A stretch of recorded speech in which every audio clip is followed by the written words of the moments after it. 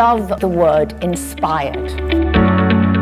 To be filled with the urge to do or feel something, especially something creative.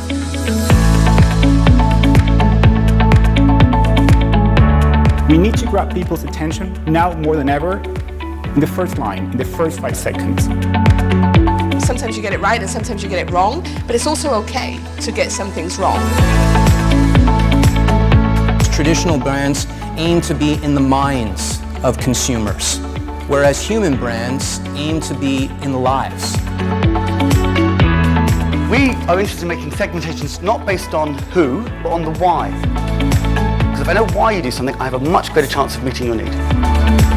The way in which a message is transmitted and presented fundamentally affects the way it's perceived and reacted to.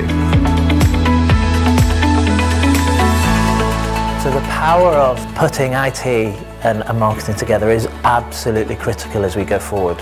The relationship, the trust, and just believing in what each other are doing. And as a CMO, it's critical that you drive that agenda. Millennial is a meaningless, totally pointless term because it speaks to nothing about why people behave the way they do. But what it often does is mislabel and misattribute behaviors based upon the year that you were born. As business leaders, we are not just part of the future, we are creating it. The winners will be the ones who create with the customer of the future in mind. Marketing is all about building relationships.